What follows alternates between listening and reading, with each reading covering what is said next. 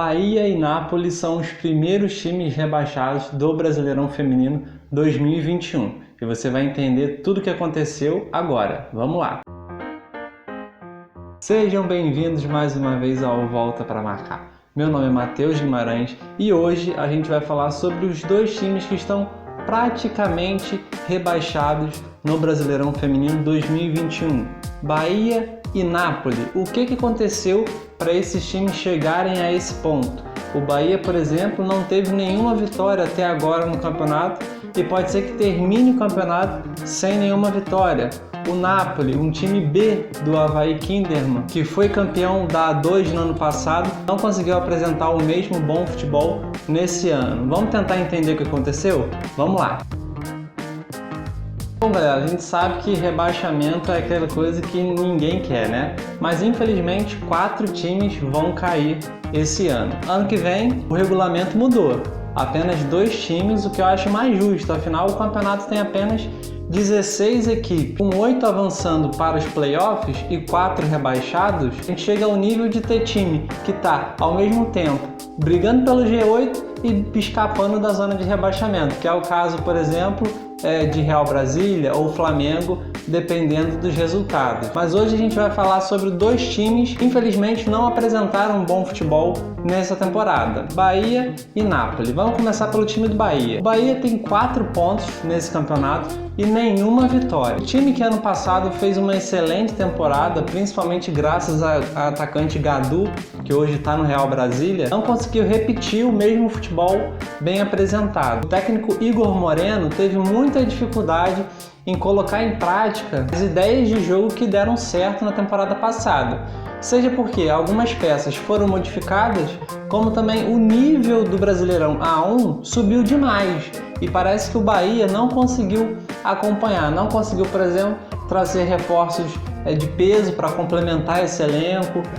Teve muita dificuldade em número de jogadoras, né? A gente sabe que é um campeonato muito curto, a gente tem um grande número de lesões, a questão da Covid-19, por exemplo, se uma jogadora testasse positivo, tivesse que ficar 2 semanas sem jogar, já seriam 4 rodadas. Então o time, para ter sucesso nesse Brasileirão, além de ter boas jogadoras em quesito qualidade, também precisa ter quantidade. Vale lembrar que o Bahia ainda não está rebaixado definitivamente. O time tem 4 pontos e o primeiro além da zona de rebaixamento é o Botafogo, que tem 10. Como faltam apenas 2 rodadas e 6 pontos em disputa, o Bahia ainda pode ultrapassar o Botafogo, caso os outros adversários diretos percam as suas partidas. Mas para isso o Bahia precisa conseguir o que não conseguiu até agora, que são 2 vitórias. O time tem pela frente na próxima rodada o Cruzeiro, que é um adversário direto, luta pelo rebaixamento e precisa vencer. Em caso de empate,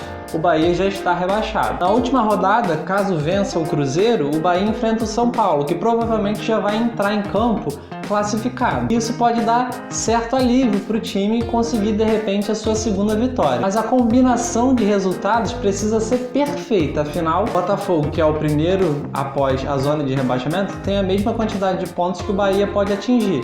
Então, nenhum desses times pode sequer pontuar. Ou seja, na minha opinião, o Bahia, infelizmente, já está rebaixado. A gente sabe que o Bahia é um time do coração de muitas pessoas, né? Bom, é difícil apontar o que não deu certo nesse time do Bahia para ele ter resultados tão ruins. O Bahia fez algumas partidas interessantes, mas não conseguiu encaixar o time. O técnico Igor Moreno acabou tendo muita dificuldade de colocar esse time para trabalhar, mas assim como no ano passado que o time teve uma jogadora de destaque, que foi a Gadu, esse ano a gente teve a goleira Ana Bia, que fez uma excelente temporada, apesar do Bahia ter perdido muitas partidas e consequentemente ter sofrido muitos gols. A Ana Bia fez boas partidas, inclusive foi eleita a melhor jogadora de algumas delas. Enfim, foi um grande destaque aí e que possivelmente pode pintar, não no Bahia, mas pode pintar em algum outro clube na Brasil do ano que vem. Bom, e agora vamos falar um pouquinho do time do Nápoles. Esse que é um time lá de caçador, que a gente pode dizer que é um time B do Avaí Kinderman e que tem muita dificuldade por isso. Quando o Nápoles estava na Série A2 e foi campeão ano passado, ele servia como um time base das jogadoras do Avaí Kinderman. Por exemplo, jogadores que não eram tão aproveitados no time do Avaí Kinderman, jogadores mais jovens da base, eram sempre muito bem aproveitados no time do Napoli. E como os dois times acabaram ficando na elite, isso ficou complicado de conciliar. Além de uma série de questões internas, por exemplo, o falecimento do Salésio Kinderman, né? O grande fundador da equipe, o grande investidor do futebol feminino, não só na cidade de Caçador, mas como em todo o Brasil, né? Isso afetou negativamente não só o Napoli, mas como o Avaí Kinderman, mas como o Avaí Kinderman seria o time principal, o Napoli acabou sofrendo um pouquinho mais, assim. Nas mesmas questões do Bahia, por exemplo, um elenco muito enxuto para um campeonato muito curto, onde você precisa ter jogadores para estar sempre rodando, para evitar o desgaste, né? E o Napoli não conseguiu atingir esses objetivos. A única vitória do time do Napoli foi justamente em cima do seu fundador, o Avaí Kinderman. Essa é a única vitória que o Napoli tem. Hoje ele tem 6 pontos, ainda não está 100% rebaixado, mas as chances também são mínimas, justamente porque o Napoli precisa de 2 vitórias e uma combinação de resultados parecida com a do Bahia. Só que as 2 rodadas finais do Napoli são muito mais complicadas do que a do Bahia.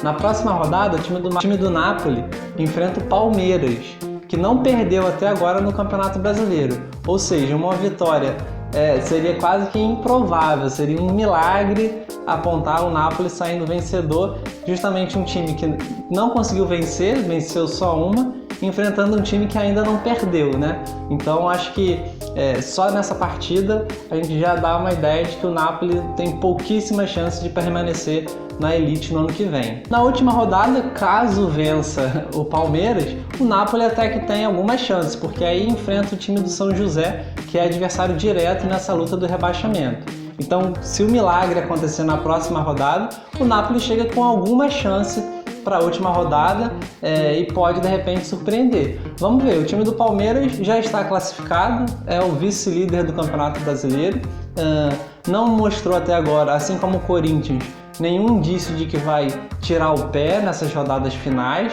até porque a rodada de mata-mata vai ser só após as Olimpíadas, então não tem a desculpa de poupar jogadoras visando o desgaste, por exemplo. Então provavelmente vão ser times que vão com o gás todo até o final. Então isso complica muito para o time do Napoli. É uma pena que tanto o Napoli quanto o Bahia não tenham apresentado o bom futebol do ano passado. Eu acho que quem assistiu o Brasileirão A2 da temporada passada, os 4 times que subiram, Bahia, Napoli, Botafogo e Real Brasília, apresentaram um bom futebol. Então havia uma expectativa de que esse Brasileirão, essas equipes pudessem surpreender. O Real Brasília até que está surpreendendo, tem uma mínima chance de classificação para o G8, depois a gente vai falar sobre isso, mas acabou que os outros 3 clubes ficaram ali na parte de baixo da tabela, brigando pelo rebaixamento. O Napoli e o Bahia praticamente rebaixados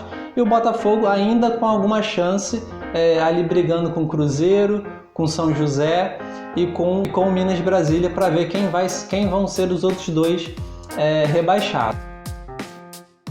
Agora eu quero falar com você que produz conteúdo para o Instagram, seja de futebol feminino, seja de qualquer área. Qual programa você usa para criar suas artes para o Instagram? Illustrator, Photoshop? Eu aposto que você está perdendo tempo utilizando esses programas. Vou te apresentar agora o Canva, uma plataforma online onde você consegue criar infinitas peças para o seu Instagram. Essa é uma plataforma simples, fácil, intuitiva e com vários templates pré-prontos para você utilizar no seu conteúdo para as redes sociais. O Canva é uma plataforma gratuita que te oferece muitas das ferramentas que você utiliza em outros programas pesados, que você demora para encontrar algumas ferramentas. No Canva, esse problema não existe, é tudo intuitivo e você consegue encontrar tudo em português. Quer saber tudo sobre o Canva? Eu vou deixar um link aqui na descrição para o curso prático Canva para Instagram. Nele você vai encontrar tudo e mais um pouco para como criar as suas peças para o Instagram utilizando o Canva, uma ferramenta simples e gratuita. Ela é excelente para você que trabalha com produção de conteúdo ou que tem uma empresa pelo Instagram. Então não perde tempo, clica aqui na descrição para conhecer o curso que você vai gostar. Galera, muito obrigado a você que chegou até aqui, vocês são incríveis. Não esquece, deixa o like, se inscreve no canal e comenta aqui se você é torcedor do Bahia, do Napoli ou se tem alguma aproximação com esses dois clubes que infelizmente, na minha opinião, já estão praticamente rebaixados, mas a gente espera que ano que vem consigam fazer uma boa temporada na A2 e consiga retornar à elite do futebol, não é verdade? Mais uma vez, muito obrigado a você que chegou até aqui e forte abraço!